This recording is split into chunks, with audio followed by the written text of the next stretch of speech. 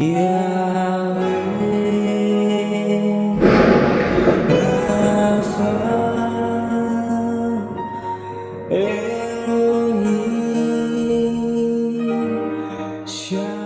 cerita sedikit pada waktu saya bertobat. Tahun 1992 saya bertobat terima Tuhan dan dibaptiskan di sebuah danau. Bukan karena saya cari kerennya, tapi memang saya nggak mau tunda di sebuah retreat saat itu. Saya dibaptis. Retreat itu nantinya setelah saya pulang, hari Minggu pagi saya tetap ibadah sekalipun tidak ada kebaktian. Di retreat itu saya dibaptiskan. Itulah kasih mula-mula saya. Padahal saya nggak rencana mau baptis karena saya berkata, tapi ketika Tuhan jamah saya nggak tunda. Saya orangnya gitu, saya seperti Paulus. Kalau orang itu ikut Yesus, Rasul Paulus, dia nggak tanggung, dia sungguh-sungguh ikut Tuhan. Kalau enggak, mending jadi penganiaya jemaat daripada pura-pura jadi jemaat. Saya tidak mau jadi gitu, saya mau jadi jemaat Kristus sungguhan, tulen. Makanya saya dibaptiskan langsung di danau dingin di Kanada, itu dekat kutub utara. Itu bulan September, meskipun bukan winter, meskipun bukan musim dingin, dingin. Saya ceritain ya, sedikit tarik ke belakang 1 bulan sebelumnya, bulan Agustus. Kalau saya ceritain terlalu panjang nanti nggak habis-habis. Anda bisa dengar, nanti di Pustaka Raja Wali Anda bisa dapatkan sendiri biografi saya sana, namanya Before 30. Tapi saya ceritakan ada satu insiden yang luar biasa.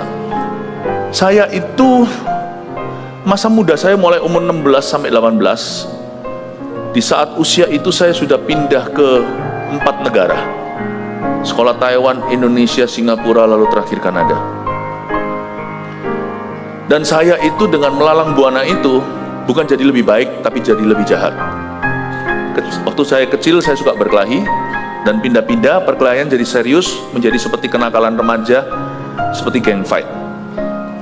Nah, akhirnya ini demi itu semua dosa dicicipi, kecuali saya selalu nggak bisa ketemu dengan narkoba. Karena setiap kali saya hengkang dari Indonesia, baru di Indonesia marak ganja. Waktu saya hengkang dari Singapura karena sebuah perkelahian di jalanan Balestier Road namanya, yang pernah ke Singapura, perkelahian dengan orang-orang segudang orang-orang Taiwan, itu sampai dilaporkan polisi, saya lari. Di Singapura itu baru saya pergi pindah, baru masuk kasus-kasus narkoba di situ, narkotika. Jadi saya nggak ketemu itu aja, tapi dosa yang lainnya garis besar lah ya, ada.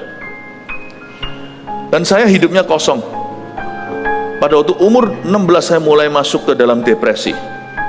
Umur 18, puncak-puncaknya waktu mulai masuk umur 18, saya mulai umur 17 ke 18, itu saya mulai sangat-sangat syarat bunuh diri. Suatu hari saya sudah nggak tahan lagi, saya mau bunuh diri. Tuhan intervensi. Saya nggak bisa jelaskan ini. Saya tidak menjadi orang Kristen karismatik karena saya maunya begitu, tapi karena saya mengalami Tuhan itu secara nyata.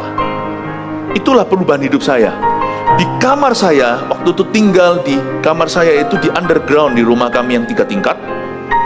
Saya di bawah. Pada waktu itu saya sendirian. Saya sudah ambil keputusan, aku akan bunuh diri. Udah.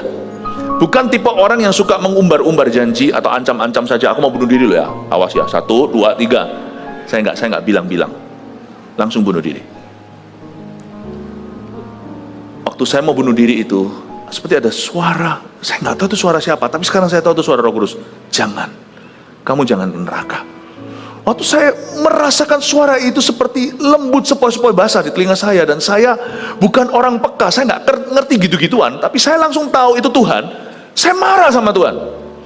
Saya merasa saya punya alasan marah untuk Tuhan karena berbagai alasan.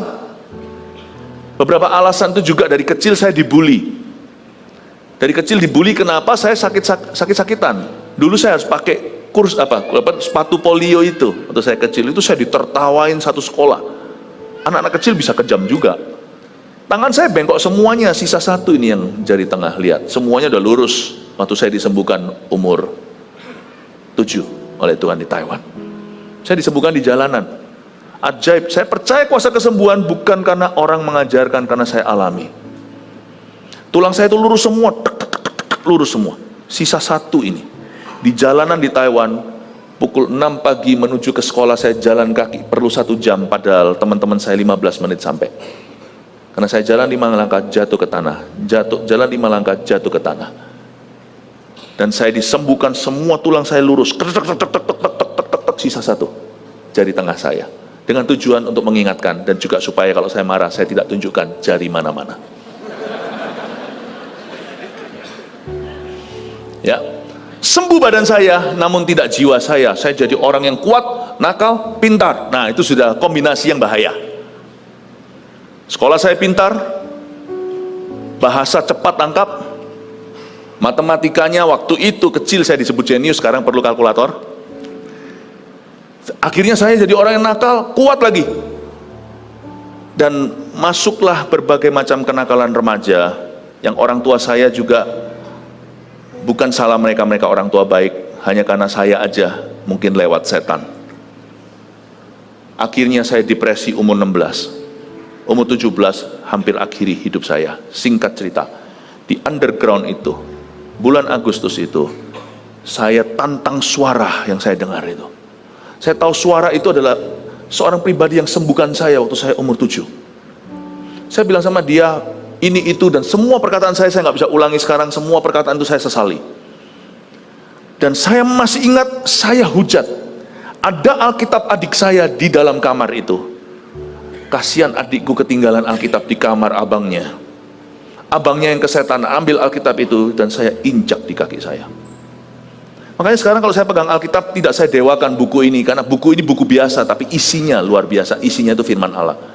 Saya suka memeluk Alkitab saya seperti ini bukan karena sengaja, tapi karena memang saya punya penyesalan yang dahsyat tentang perlakuan saya dahulu akan firman-Nya. Saya injak Alkitab itu. Lalu saya mulai hujat dan segala macam perkataan kotor keluar dari mulut saya. Saya ingat di depan saya tiba-tiba berdiri seorang pribadi yang saya rasa saat itu seorang malaikat. Itu saya rebah. Itu merasa, saya nggak bisa jelaskan ya. Saya nggak lihat apa-apa, tapi saya tahu di depan saya ada satu orang yang mau tampar saya, angkat tangan seperti ini. Dan saya tahu itu bukan Tuhan. Itu bodyguard-nya. Itu saya terhempas ke tanah itu, sekitar langsung terhempas cukup keras. Untung-untung tidak geger otak. Saya jatuh ke tanah itu, jantung saya berdegup keras. Saya kira saya mau mati. Itu pengalaman merasa seperti mau mati itu seperti itu. Waktu itu saya alami. Tapi waktu saya berdegup keras itu, saya rasa susah nafas. Tiba-tiba saya dengar suara. Kalau kali ini suaranya bukan sepoi bahasa, saya dengar suara berkata, jangan apa-apakan dia, aku mengasihi dia. Suara tadi yang saya dengar sepoi-sepoi bahasa jangan, sekarang bersuara audible di telingaku. Waktu saya berdegup keras itu jantung. Saya umur 18, belum sampai 18, baru 17 sekian. Saya terhempas ke lantai. Anda kira saya bertobat? Saya bangun lagi, saya injak Alkitab itu lagi. Saya ludahi kali ini, dan saya hujat-hujat, saya tantang Tuhan, kalau engkau memang nyata, turunlah. Saya lupa, Injil berkata dia sudah turun, dan saya sudah hajar dia di kayu salib. Dosakulah yang memakukan dia, bukan orang Roma, bukan tentara Romawi. Kedua kali saya terhempas lagi, dan kali ini saya merasakan lebih jelas bahwa tangan itu mau menampar saya. Lalu ada suara yang menahan, diulangi sekali lagi, jangan apa-apakan dia, aku mengasihi dia. Bertobat setelah 2 kali? Tidak, semua itu seperti itu. Kalau kita lagi foto gitu ya, 1, 2, 3, semua itu hitungannya 3. Saya bangun lagi, lakukan yang sama, lebih keras lagi kali ini, tapi dengan gemetaran. Tubuh saya sehat sebagai anak masih umur 17, masih bugar-bugarnya, nggak mungkin jantung saya ada apa-apa, saya kuat olahraga. Lalu tiba-tiba ketiga kalinya saya dihempaskan lagi, tapi kali ini jantung saya berdegup lambat. Itu saya sesak nafas. Saya nggak tahu rasanya kalau orang kena serangan jantung gimana, saya nggak pernah dan saya tidak imani. Tapi hari itu jantung saya seolah berhenti berdetak. Sebab saya rasa saya tidak bisa bernafas, seperti choking. Saya dengar kali ini suara itu tidak berkata, jangan apa-apakan aku mengasihi dia. Kata jangan dihapuskan. Saya hanya mendengarkan suara itu sesegukan menangis. Saya mendengar suara Yesus menangis dan berkata, aku mengasihi dia. Dan malaikat yang mau tampar saya itu pergi.